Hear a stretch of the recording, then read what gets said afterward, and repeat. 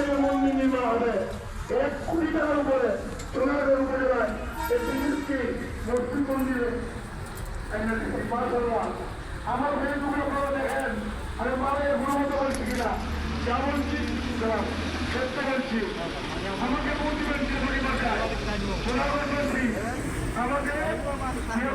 vote দিবেন সবাই vote দিবেন আমাকে আমি